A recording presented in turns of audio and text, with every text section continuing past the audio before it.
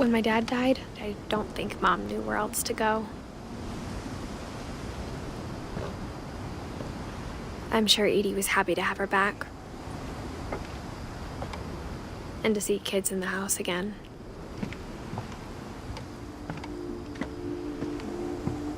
The house had to get a little bigger, but Edie was used to that.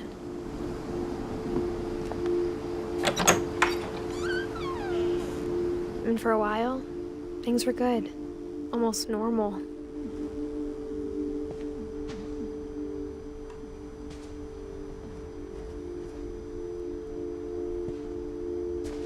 But it didn't last.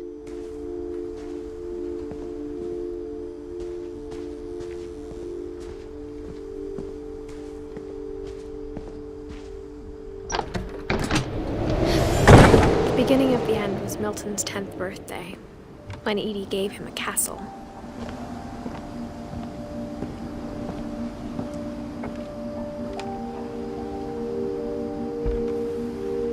After Milton disappeared, the only thing he left behind was a room full of paintings.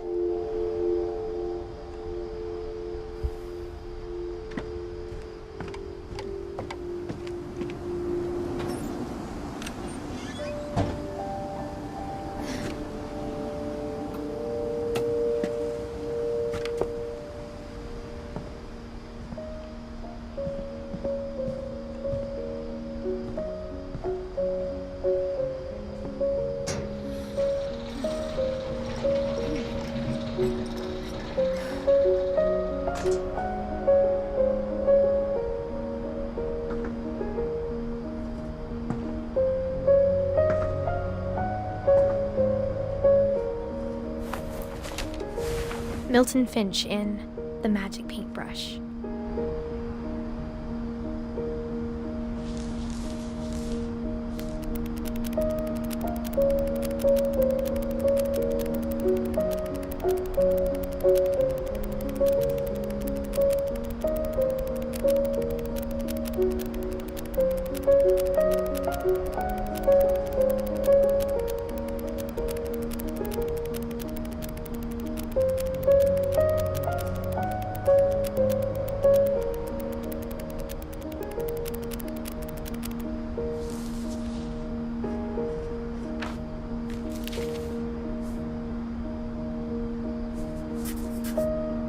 I was 4 when Milton disappeared.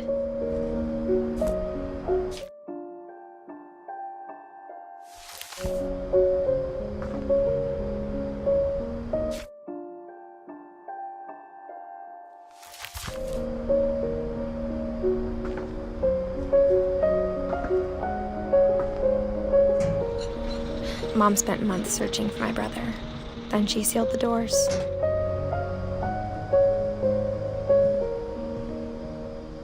Whatever Milton had found in the house, Mom didn't want it getting out.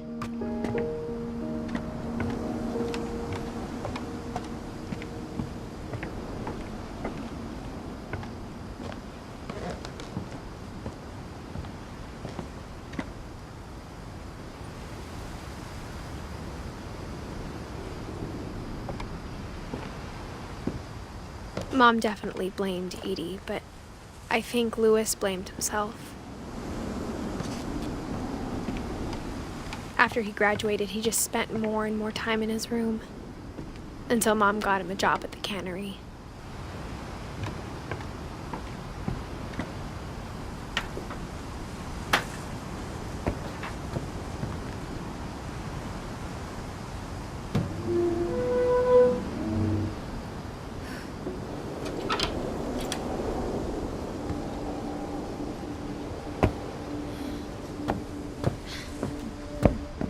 Louis's room smelled very, very familiar.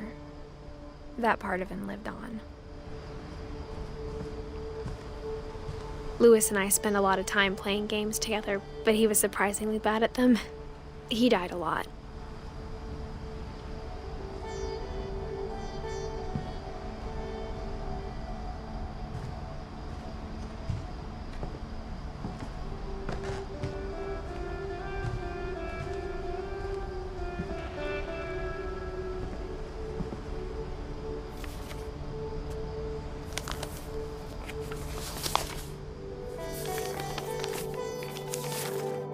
Dear Mrs. Finch, as Lewis's psychiatrist, I can understand your desire for an explanation.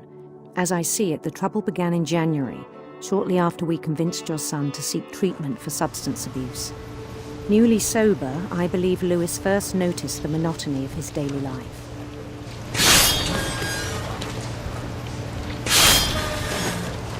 He kept working at the cannery.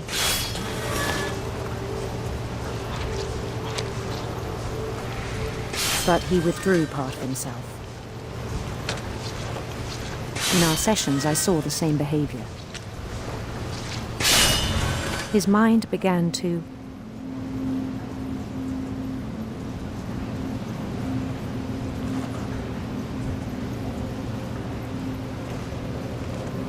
wander.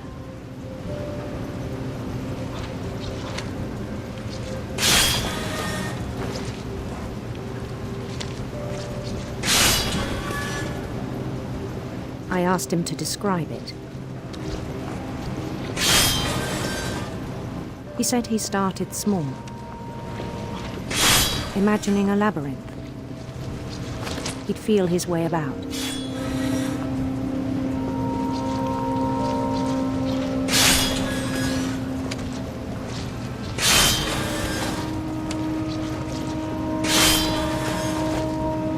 Then something moved. Bats. And toads.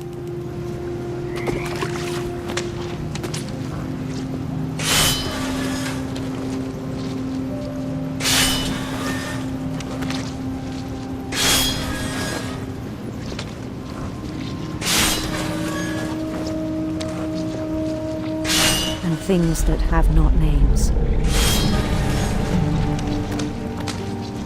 He knew it was all in his head.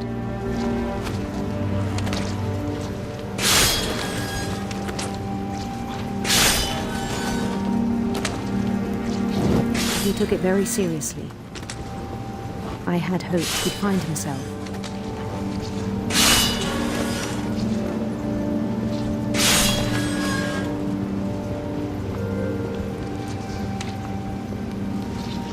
But he found something more.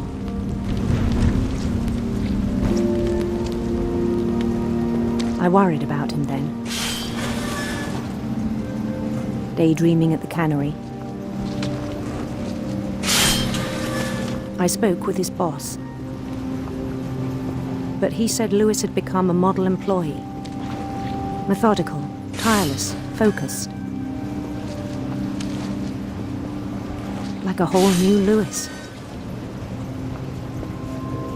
So I let him go on.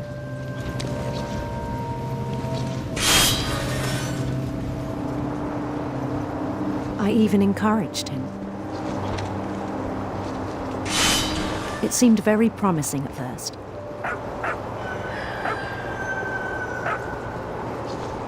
He told me he'd made a new friend.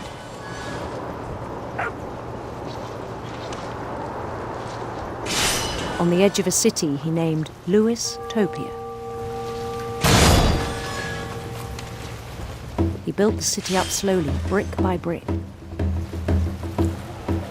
Then he made musicians.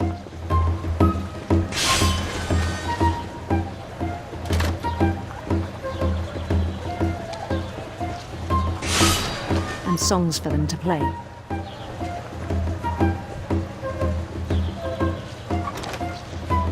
He talked about starting a band. And he was always humming something. Every day his imagination grew stronger.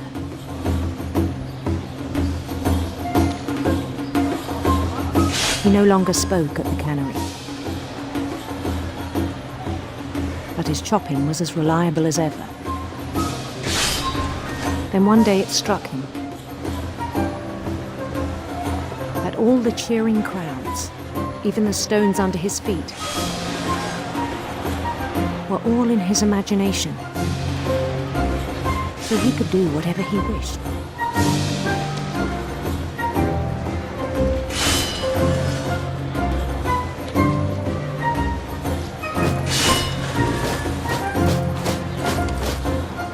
He held an election for mayor. And he won. They begged him to stay, but his mind was already wandering. It became a game for him.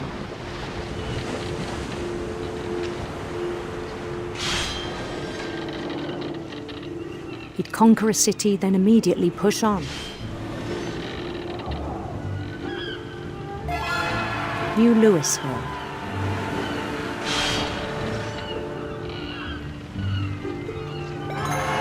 St. Louis.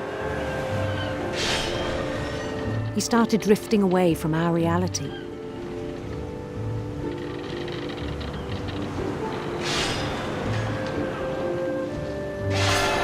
Minneapolis, until one day he forgot to go home from the cannery. Even as his mother pleaded with him, part of Louis kept sailing on.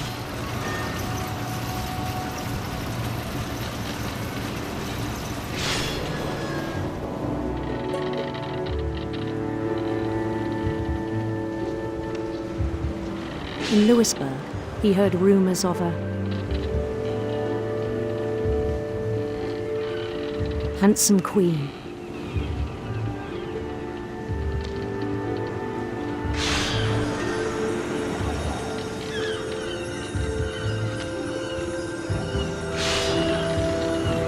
The queen was on her own quest for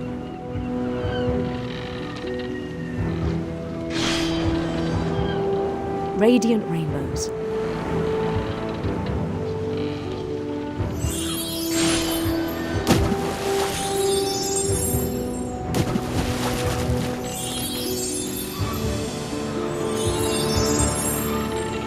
He followed the sound of her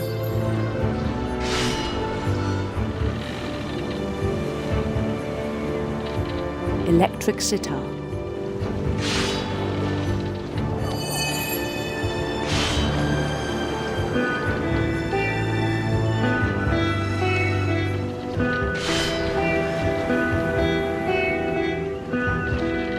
His chase led him to a golden palace east of the sun and west of the moon. Even then, his logic remained sound.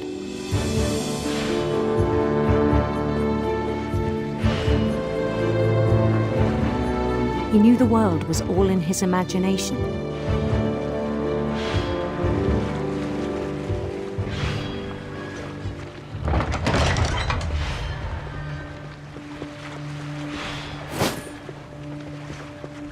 But he was so proud of having created it.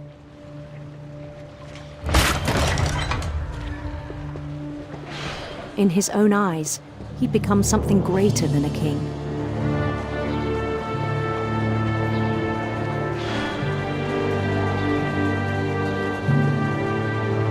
For someone who'd never known success in the real world, I think it was overwhelming. And then it struck him that the real Louis was not the one chopping salmon, but the one climbing the steps of a golden palace.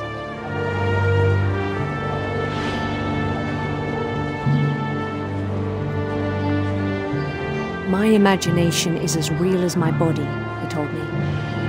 It was hard to argue with him.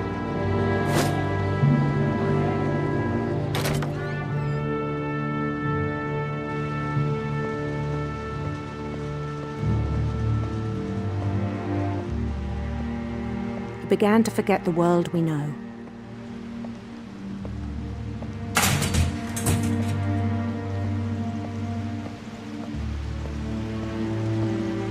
I think it pained him to remember Louis, the cannery worker.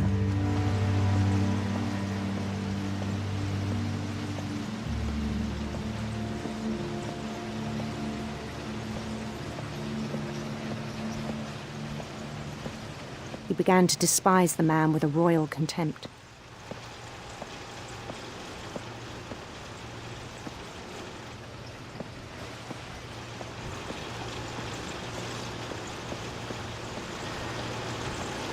I still thought I could save him. Even after he said he was being crowned king over all the lands of wonder. The palace would be packed with his companions.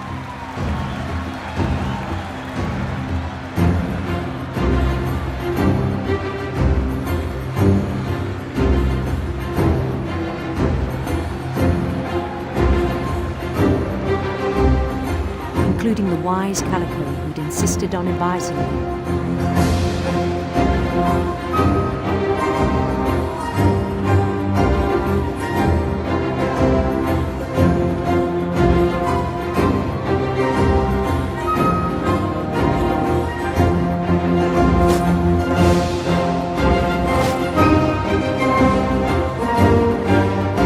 His queen waited, holding his crown.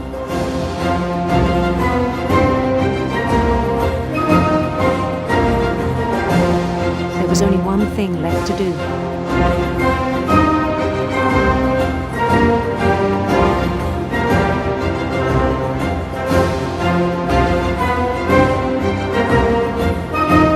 Bend down his head.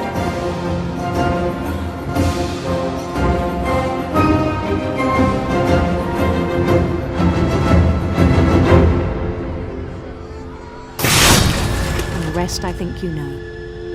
Mrs. Finch, your son was a kind man who will be missed by all of us who knew him.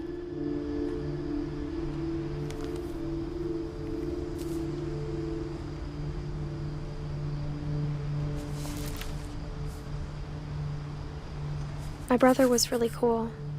I wish you could have met him.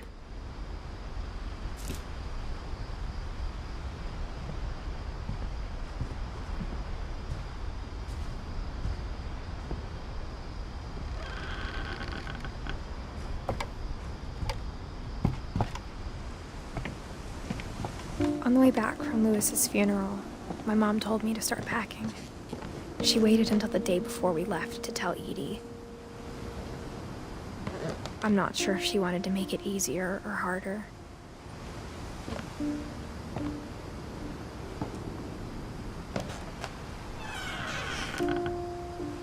I wish we'd stayed.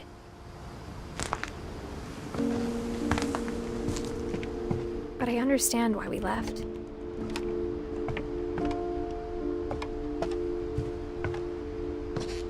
My mom ended up leaving everything behind.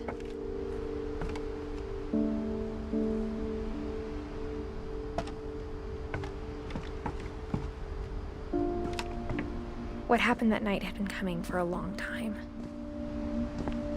Maybe it should have come sooner.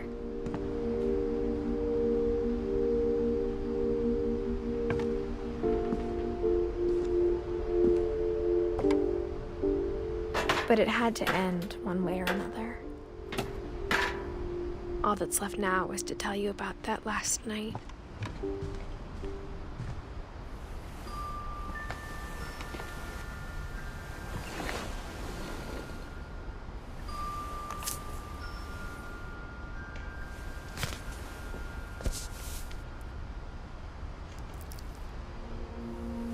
That whole last day, Edie just watched us pack and didn't say a word. Until supper, when she raised her glass and said, "To our final night together, and all our final nights apart." Grandma, you know what I said about alcohol. Some of your medications are very Edith, specific. I left a present for you in the hallway. Why don't you go open it? The grown-ups have to argue now. I'm sorry, you're right. We're all leaving tomorrow. Let's just enjoy our last... I'm not leaving. Edith, you're excused.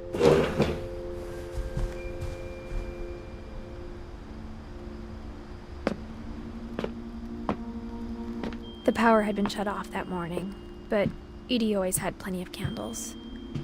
When my mom sealed the library, I don't think she knew about the other entrance, or that Edie had a key to it.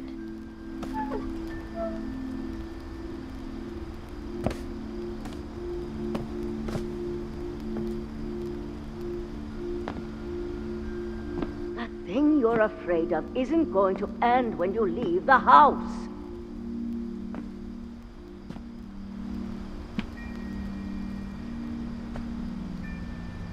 Edith has a right to know these stories. My children are dead because of your stories. I think it's best if Edith and I leave tonight.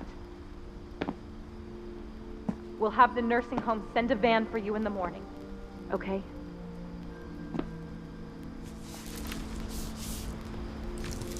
Dear Edith, there's so many stories I wish I could tell you, but there's only time for one. This is about what happened on the night you were born.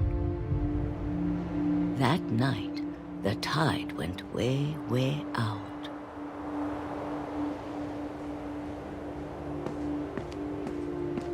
It was the first and last time I ever saw the old house aground.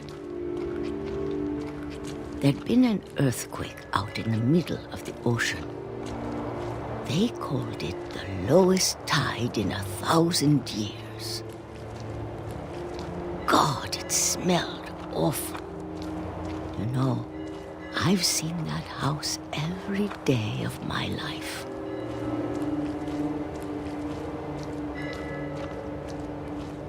But I never thought I'd go back to it. When the fog rolled in, I lost my way.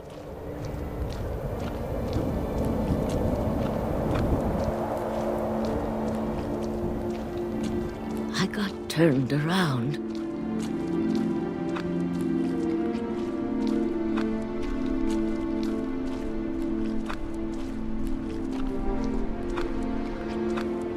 For a while, I wandered.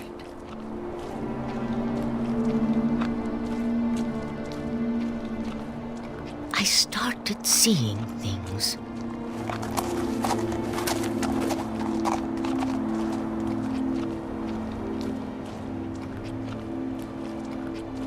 Things I'd forgotten had ever existed.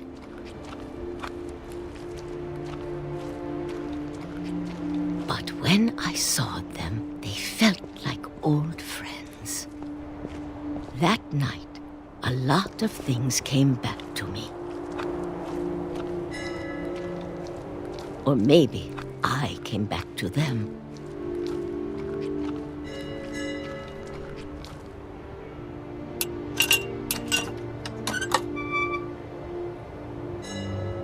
Things I can't explain, but that I need you to try and... Edith, what are you doing in here?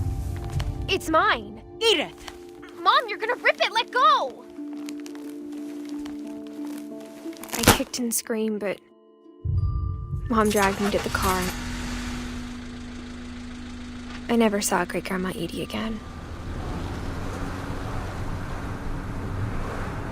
The next morning, the van came to pick her up, but she was already gone. After that, we moved around a lot.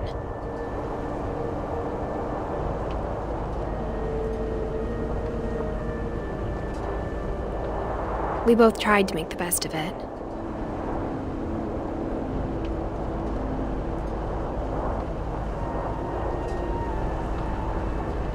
A few years went by.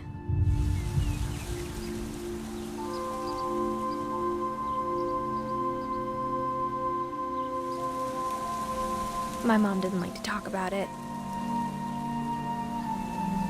but she started getting sick a lot. The rest happened pretty quickly. She got better for a while, and then she didn't. And then I was alone.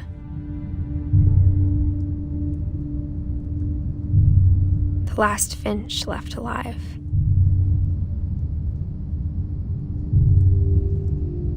Until I found out about you. I'm still not sure what to tell you about all this. If we lived forever, maybe we'd have time to understand things. But as it is, I think the best we can do is try to open our eyes. And appreciate how strange and brief all of this is. This journal was supposed to be for you.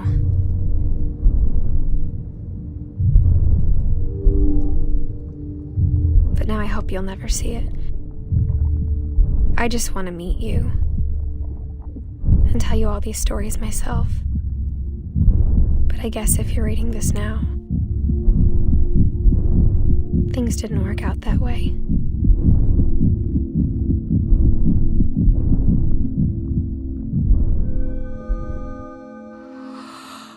This is where your story begins. I'm sorry I won't be there to see it. It's a lot to ask, but I don't want you to be sad that I'm gone. I want you to be amazed that any of us ever had a chance to be here at all. Good luck.